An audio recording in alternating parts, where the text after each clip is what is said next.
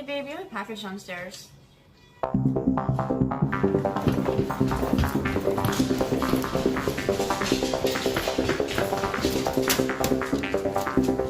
Hey.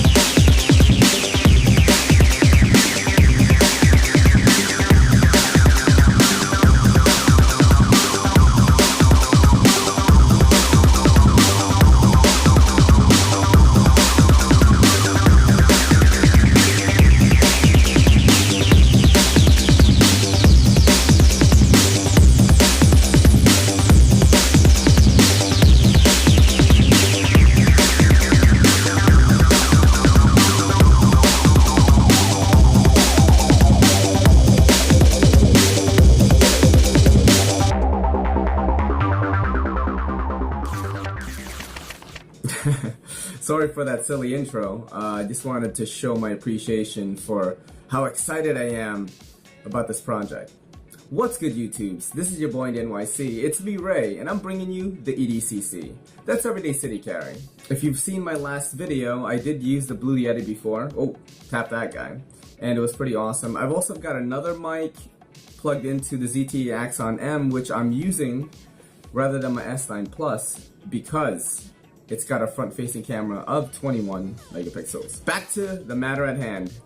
Don't get ADHD, Ray. We have got the Give a Knife, Pass a Knife project going on. I'm sure you guys have seen Stasa23's video on it, as well as JTsknifelife's video introducing it. So let's just go real quick. I don't want to dive too much into the details of the project because you guys probably already know. So I got sent 5 knives, and I picked one, and I replaced it with one. So the first knife is the Bestech Warwolf. This thing is freaking cool. The blade shape, very interesting. I don't know what it is. It's spear point. It looks like a crazy futuristic spear point blade. Anyway, this guy was so freaking sharp. It nicked me right here. I don't know if you could see that, but I just literally just touched it, man. Got nicked right away. In my opinion, this is the toughest knife out of the bunch. It just feels super sturdy. Good ergos as well, but it's not New York City Ray ergos because this will get me arrested. Really nice action on this too. I enjoyed playing with this. Let's take a look at the stamps real quick, right? You've got the Bestech logo right there with Bestech knives. You've got D2 up here, and you've got Warwolf, and I believe that's the model number. This is the CRKT Ruger RTD, alright? First off, let me just say this right now. This thing is murderous looking as hell. I'm definitely not picking this one. It's got nice action though. Got the drop shot right there. And this is a field strip knife. I've never had any experience with field strip technology. You just sort of just, you know, toggle that switch right there and it comes apart magically. Not sure if that's true. The magic and all. But what I do know is that this is all black murdered out, man. And what Stasa23 pointed out was they forgot to coat this guy. I don't know if they forgot, but I definitely would have also preferred that. Although I don't like blacked out knives because jail time. Alright, next, actually I do want to mention the pocket clip on this. Really sick. It's got like the little ball right here. I don't really know what that does. Looks awesome though. It does slide in and out of the pocket real well, so I like that. And the back spacer is definitely worth noting. Alright, it's got like a chainsaw looking effect to the eye. It just looks really sick, man. Alright, next knife is gonna be the Ruik. Yeah, the Ruik knives P865-B. Now let's take a look at the stamps real quick. You've got Ruik on one side, P865 on the other with 14T28N blade steel and freaky deaky model number, I'm assuming. Kind of crazy. Now what I like about this knife is just its shape. Action is pretty good too.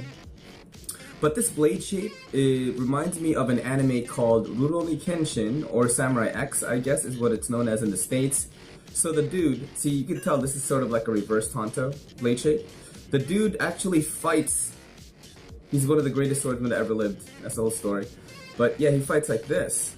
So he just breaks people's bones rather than cutting them. The edge is on the other side, but when he gets really pissed, he'll use it. And that's what this reminded me of, man. Because if you reverse this, you got a katana right here. Like a little mini Tonto. Right? Really cool drop shot like the others. I believe this is the lowest price of the bunch. I'm not too sure. I think I saw it for 38 or something. Still, man, it's worth the money. And really, really nice. I definitely like this quite a bit. Let's move on to the next one.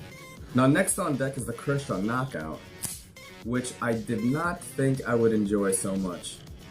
I'm not big on speed safes, probably because it's just more of a hassle to get caught with it in New York City. But man, this speed safe is sick, not too annoying to close either. I believe that's due to just the ergonomics of the knife. It feels great in the hand. And I was really close on picking this. It's just a little too large. A little too large for me. It's at 3.25 blade length. And you know what's crazy? I don't like a lot of stampage on my knives, but there's a lot on this. Don't mind it.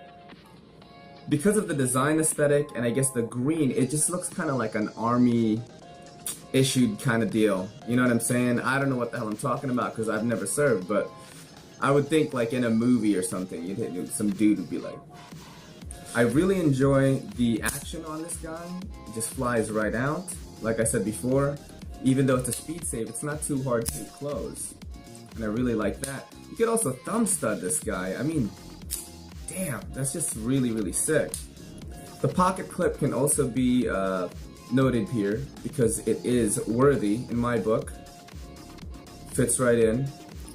And you've got a little, I guess it's a lanyard hole? It's a tiny lanyard hole bit. I don't know what kind of put a string through that or something, man.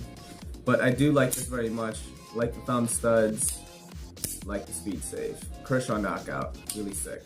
Now for the last one on the list here is the Boker Lancer.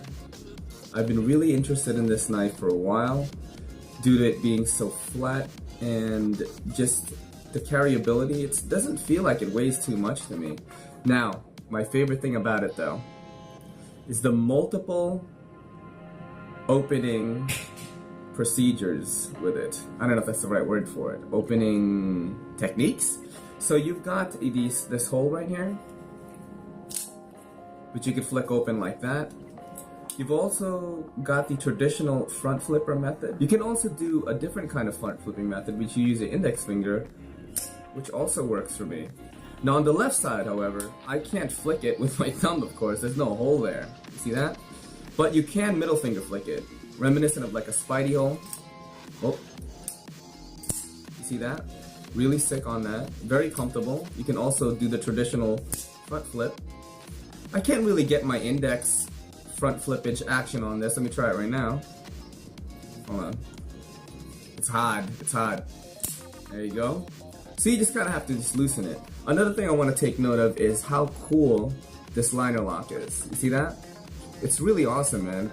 Just a nice little detail on that is excellent. You've also got drop shut. And while this isn't the deepest pocket clip of the bunch, I really enjoy it because this just lays really flat in the pocket. So, not gonna tell you what my knife is because I want the next guy to be surprised. But I'm gonna tell you now. It's gonna be New York City worthy. Sort of.